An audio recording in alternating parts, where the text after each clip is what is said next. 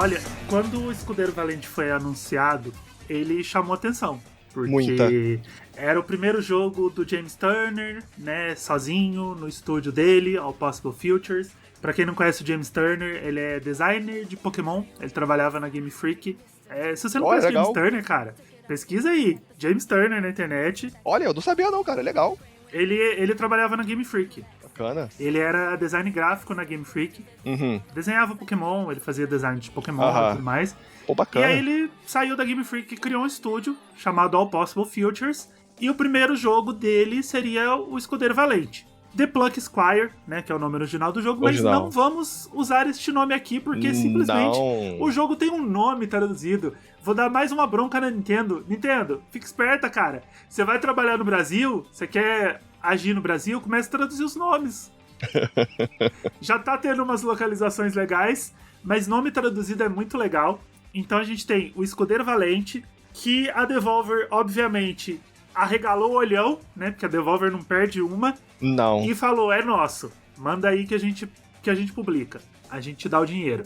E, mais uma vez, o dedinho de ouro da Devolver conseguiu, porque, cara, eu só quero dar uma bronca rápida em um monte de marmanjo barbado que tá aí falando que o Escudeiro Valente quase foi, quase chegou lá, não conseguiu, acabou antes de ficar bom.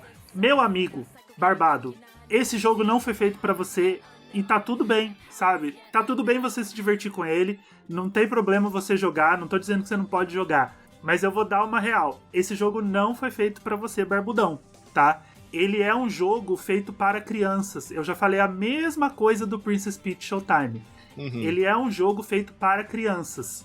Ele tem toda a energia, toda a aura de um jogo feito para crianças. Pra criança de 3 anos pegar o controle e ir lá jogar? Não, queridão. Pra criança jogar junto com o pai, com a mãe, com o irmão, com a irmã, com o tio, com o primo. É um jogo de backseat. Exatamente igual ao Princess Peach Showtime. Exatamente, é a mesma coisa do Princess Peach Showtime. É um jogo para você ensinar a criança a jogar videogame. É um jogo de backseat. Então, tudo que eu posso dizer é que ele conseguiu sim. Ele fez tudo que ele tava prometendo. Tudo. Pra mim, esse jogo ele fez exatamente o que ele tava prometendo. Quando eu joguei esse jogo, era exatamente o que eu esperava. Exatamente o que eu queria. Não vou nem dizer que ele me surpreendeu. Não vou nem falar, eu cheguei lá e ele me surpreendeu. Não surpreendeu, porque é exatamente o que eu tava esperando. Exatamente o que eu tava esperando. Um jogo muito bonitinho, um jogo muito gostoso e um jogo que mistura um monte de coisa. Eu não consigo entender o pessoal falando que o jogo acabou antes de ficar bom. Caramba, mano, a primeira luta contra o chefe, que eu não vou nem falar como que ela funciona pra não dar spoiler, é uma das coisas mais inesperadas. E eu falei que o jogo não me surpreendeu. Tá bom, surpreendeu sim. É uma das coisas mais inesperadas que eu já vi, porque você tá jogando de um jeito, o jogo fala assim, ó, agora a gente vai jogar de outro, tá? Rapidinho aqui, ó, sem perder a amizade. Eu tenho algumas ressalvas com o jogo em si. Eu adorei o jogo, né? Eu tenho algumas ressalvas. Não sei se vai de encontro, né, aos barbados que estão reclamando do jogo, mas eu tenho algumas ressalvas em relação a ele. Eu achei o ritmo dele um pouco travado. Eu achei que, assim, é incrível. É um jogo que é totalmente dublado, né? Ele tem uma narração maravilhosa, né? Do Mauro Ramos, que dublava o Shrek, né? Pós Bussunda e tudo mais. Né, faz a voz do Pumba, né, do Timão e Pumba, lá do Rei Leão. A dublagem é linda, assim. Então, a dublagem dele é maravilhosa. Às vezes eu vejo um print que eu tirei do jogo, aí eu leio aquela frase com a voz do Mauro dele, Ramos. No tom da voz dele. Sim. Isso aí é incrível. A localização foi muito boa. O nome dos personagens, né, que foram todos localizados também, né? O Pontinho, né? Que é muito bom. O herói, né? O escudeiro valente da história e tudo mais. Mas eu acho o ritmo muito travado, porque são cerca de 8 fases, se eu não me engano. Né? Eu não sei se isso já é spoiler, desculpa.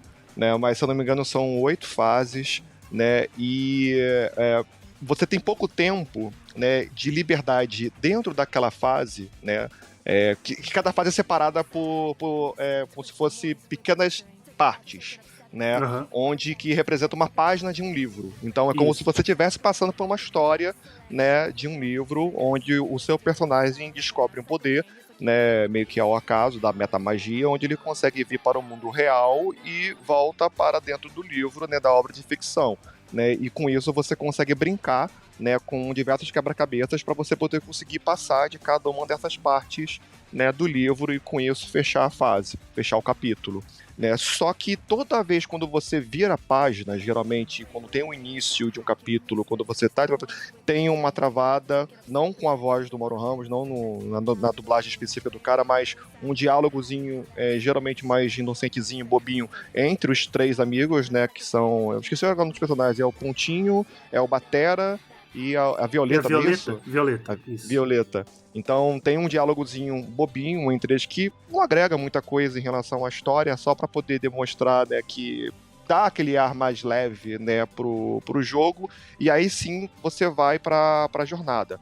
Aí às vezes tem uma página que você só passa de um ponto pro outro. Aí você vira a página, aí de novo a mesma coisa. Então aquilo vai travando, sabe? Você não vai tendo aquela liberdade para você poder conseguir cumprir o seu objetivo de um jeito mais satisfatório, porque o jogo ele vai travando o gameplay de um jeito onde, dependendo de como que você jogue, você resolve aquele quebra-cabeça muito rápido e você passa muito mais tempo nos diálogos bobinhos dos personagens do que resolvendo os puzzles, né, daquelas páginas do livro. Então, eu acho que o jogo ele tem um problema de ritmo.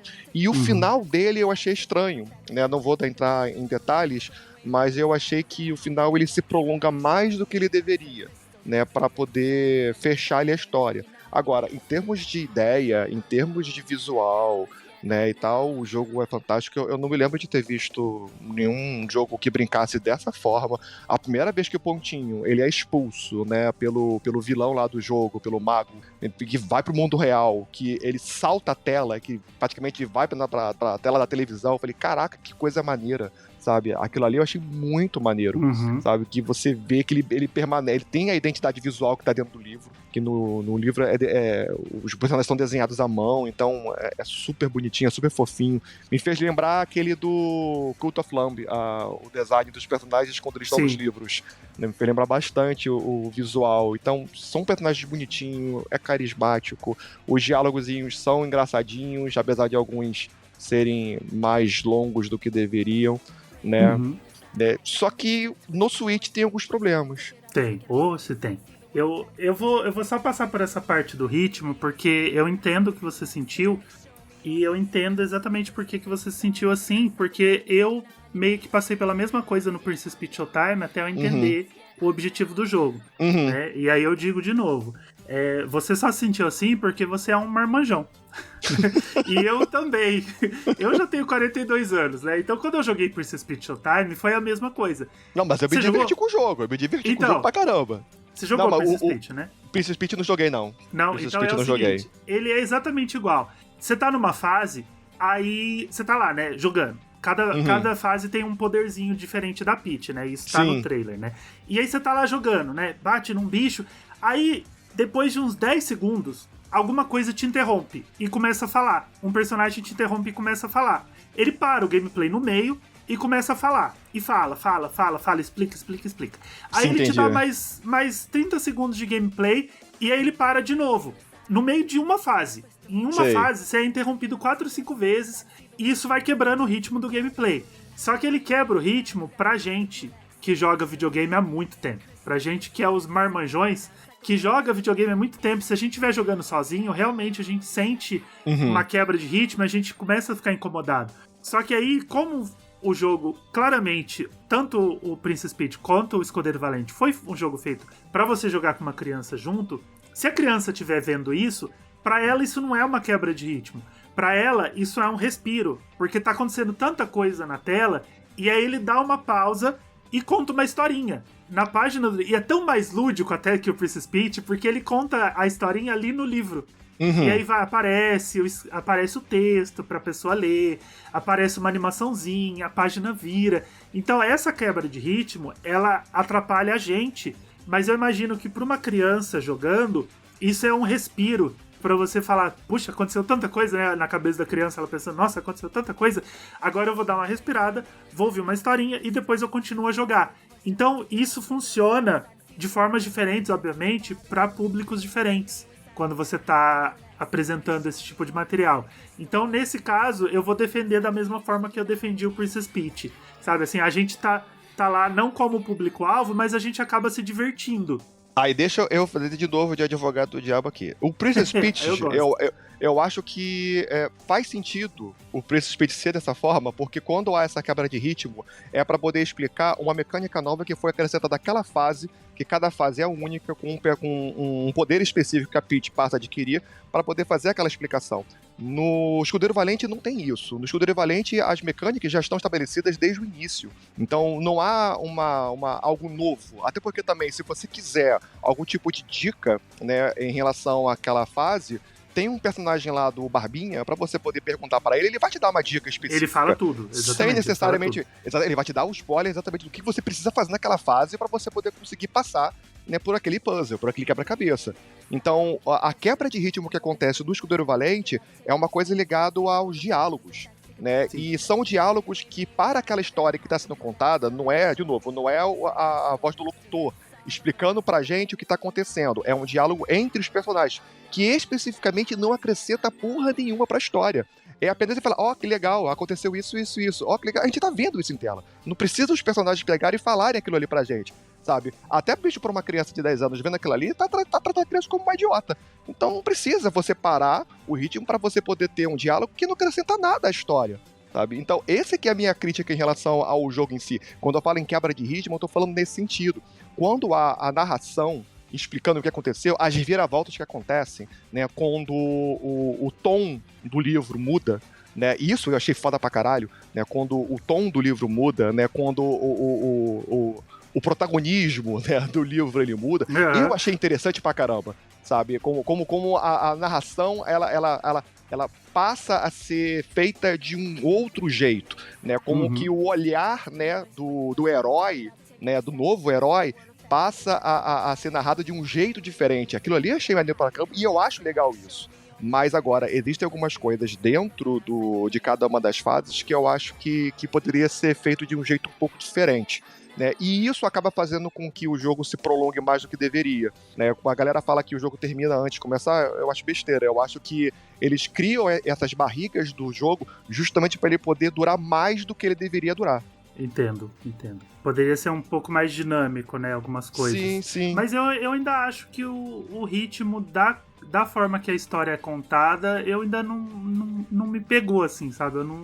Eu não senti tanta quebra, assim. Eu acho que ele funciona de uma forma muito clara, assim, de uma forma muito simples.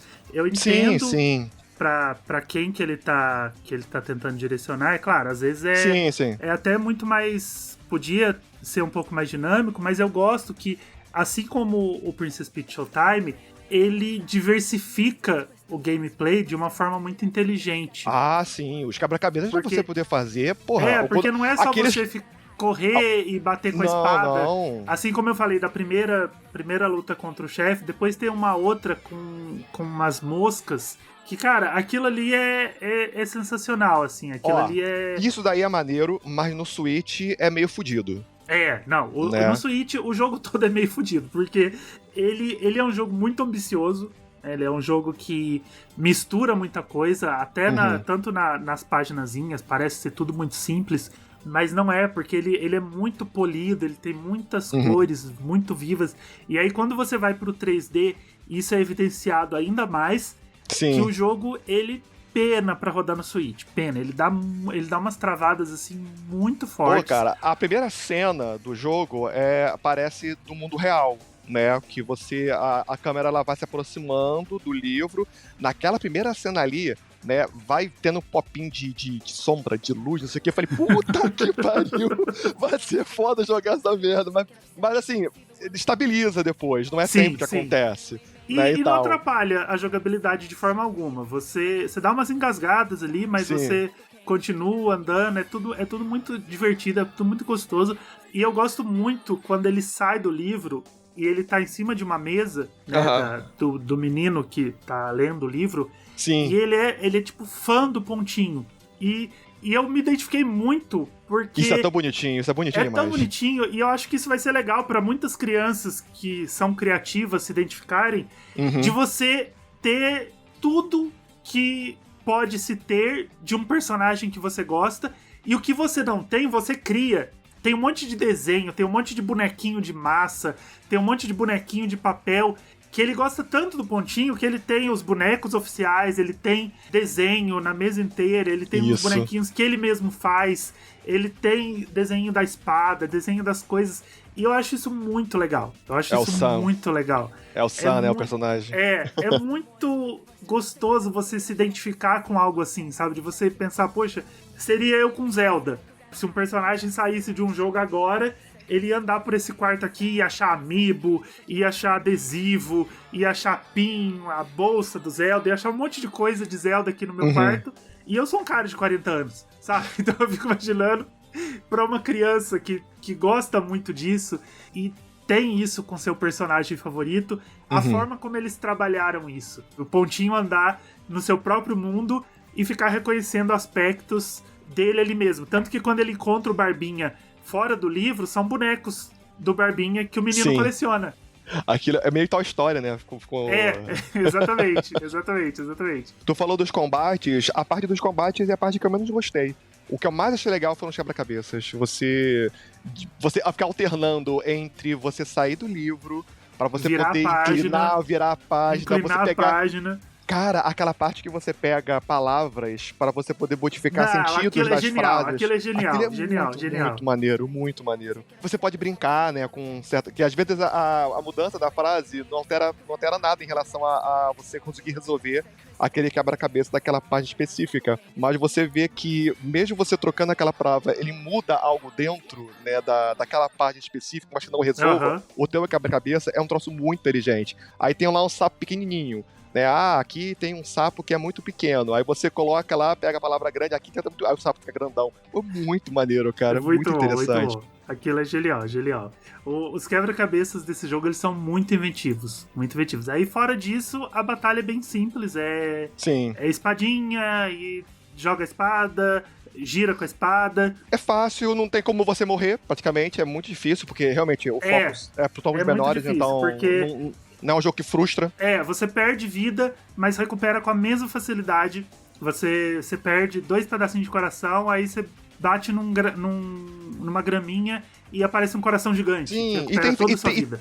E tem ferramentas de acessibilidade no menu do jogo que você consegue diminuir ainda mais a dificuldade para poder facilitar. Isso é muito legal. O jogo ele tem um menu de acessibilidade muito legal, que você pode diminuir o seu dano, você pode jogar as coisas com muito mais facilidade para você se acostumar, né? Se você não tá acostumado a jogar, se você tá começando a jogar agora, você tem que ter aquelas mecânicas para você se adaptar. Eu adoro jogo que tem isso. Eu adoro jogo que tem isso, porque eu sempre falo que eu só terminei Celeste por causa disso. Celeste é maravilhoso. Celeste é maravilhoso, mas à medida que ele foi ficando muito desafiador, e é um jogo que eu gosto muito, um jogo que foi muito importante pra mim, que me deu algumas perspectivas de vida muito novas e interessantes.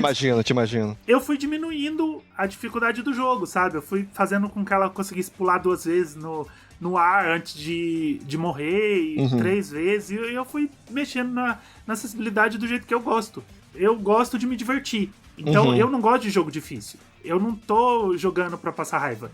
Jogo difícil é algo que não me faz bem. Tem gente que gosta, tem gente que fala, eu quero jogo difícil, eu quero me desafiar. Beleza. Não. O jogo, tem um monte de jogo que faz isso. E eu acho que os jogos que fazem isso deveriam dar a opção contrária. Tem que ter um modo super difícil, por exemplo, o Metroid Dread. Depois eles liberaram um DLC que é One Hit Kill. Você tem que passar o jogo inteiro sem tomar um dano. Legal, tem gente que gosta de jogar assim. Ao mesmo tempo que eu gosto que tem o modo Easy, que os bichos morrem com um tiro. E aí eu fico feliz da vida.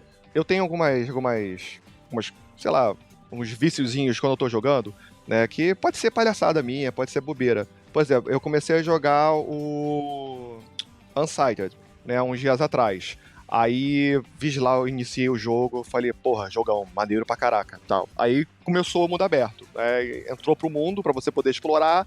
Aí eu vi que os bonequinhos tinham uma contagem de vida. Eu falei, porra, vai tomar no cu, eles vão morrer. Aí eu falei, não quero isso. Aí eu vi que tinha uma opção de você ligar, né, dá pra tirar isso. Pra tirar. Aí eu tirei, falei, não sei se eu vou estar quebrando, eu tô quebrando, de certa forma, né, a mensagem que o jogo tá querendo passar. Mas aquilo ali me deu uma agonia, cara, de um jeito que eu tirei aquilo ali. Eu falei, não vou jogar desse jeito, não quero perder esse personagem.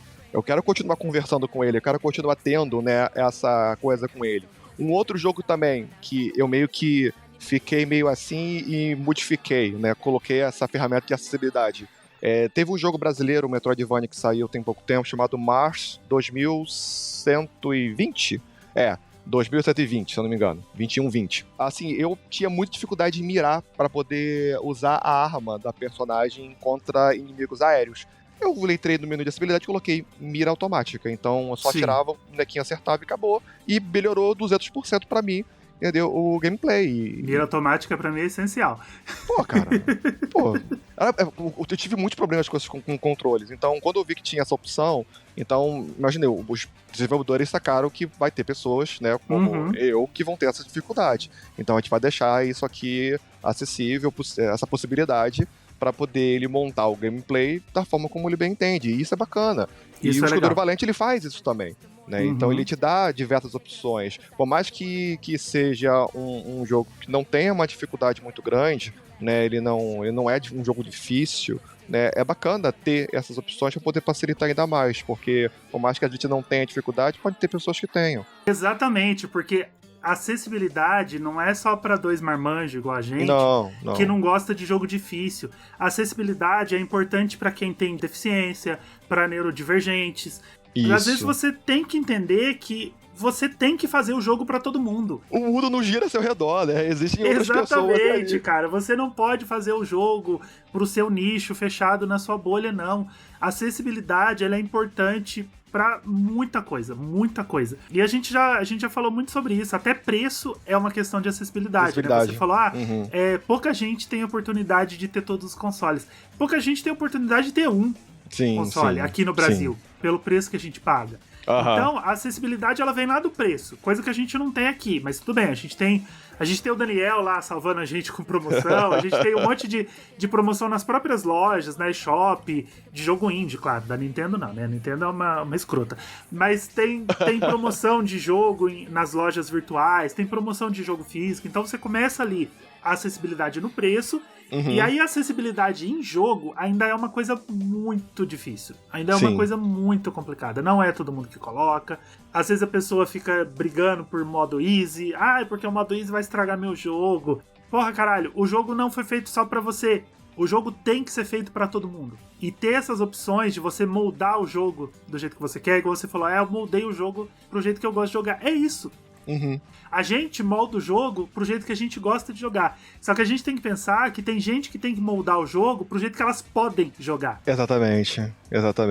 E aí falta muito disso na cabeça de um monte de pessoa engravatada que tá na hora tomando a decisão final. Lá, se o jogo vai ter um modo easy, se ele vai ter um modo invencível, se ele vai ter um modo de apertar um botão só, porque às vezes você facilita a jogabilidade. Sabe? Pessoas então, que têm deficiência motora, é importante que os controles muito tenham que muita pensar customização nisso na hora de você criar um jogo. E é legal que o Escudeiro Valente ele tem isso, porque ele foca no público dele, né, que são as crianças, às vezes não tem muita coordenação, joga um pouco devagar, mas ele pensa também em todo mundo que quer jogar e ele tem essa gama de modificações que você pode fazer no jogo que facilitam o gameplay. Eu acho isso muito legal. E no final das contas, eu recomendo o jogo. Eu queria ter experimentado no PS5, mas eu tô sem Plus, então eu não consegui jogar no PS5 pra ver como ele tá. Eu espero que não esteja engasgando assim. Eu espero que o engasgue... Eu já ouvi dizer que tem alguns bugs lá também. Então, o pessoal falou de bug até no Switch. Eu não peguei nenhum, acho que eu dei sorte. Eu peguei alguns. Teve bug. Eu peguei alguns, o jogo chegou a crashar algumas vezes em uma fase específica. Né? Teve a parte final do jogo, né? Não é spoiler, só pra poder dizer, eu não consegui jogar na televisão, um jogo docado. Eu tive que pegar o Switch e jogar no modo portátil, porque tinha um input lag nos controles, não sei porquê, e jogando no modo portátil não tinha um input lag. Então tem um minigame específico que você tem que ter um time perfeito e que você, na televisão não estava conseguindo ter esse time perfeito, para poder conseguir passar pelas etapas finais do jogo. Então eu só consegui jogando no modo portátil. Então aquilo me deu uma frustrada no início, aí eu tive essa ideia, até que eu cheguei a colocar, postar na rede, aí um cara falou, joga aqui no modo portátil vai melhorar. Aí eu já falei, não, já tô jogando e realmente melhorou. Ótimo, fica a dica então. Mas, cara, é um jogo incrível. É um jogo que eu recomendo muito, muito, muito, muito. Ele não tá caro. Não. Aí eu tô fazendo aspas com os dedos, vocês não estão vendo, porque isso é um podcast. Uhum. Mas imaginem que eu estou fazendo 1 milhão de aspas com o dedo, cara. Porque quando você fala que um jogo é R$90, é caro. É caro. Sim, R$90 tinha que ser um first party AAA. E ainda assim eu já ia achar caro. Sim. Pelo valor que as coisas custam aqui no Brasil. Tá? Eu sempre vou ser um defensor que se o jogo custa $60, ele tinha que custar R$60. Ah, isso aí seria o mundo ideal, cara. Pô, Foda-se, já... não tem essa de conversão, pra mim não tem essa de... Você tem que se adaptar ao seu mercado. Se você tá produzindo, se você tá agindo num país, você tem que se adaptar ao seu mercado. Então, é caro, mas ainda é barato perto de outros jogos que você vê por aí. É um investimento que o dinheiro tá ali, você tá com aquele dinheiro ali, você fala, vou comprar um jogo, esse vale a pena? Vale. É um jogo que vale a pena. É um jogo que eu me diverti muito. Eu imagino que o pessoal vai se divertir. Eu acho que você tem que estar um pouco amargo para não se divertir com esse jogo. Ele tem ali seus problemas, ele quebra ritmo, ele quebra o jogo, ele tem uma problemática ali. Mas, cara, que jogo lindo. Que jogo Ele lúdico. É muito bonito. Ele é. Jogo fofo. Isso é mesmo. Você olha assim, os bonequinhos andandinhos assim, fofinho. É tudo muito bonitinho. Aquele mundo do rock lá, do batera, que as portinhas estão com os dedinhos assim, fazendo...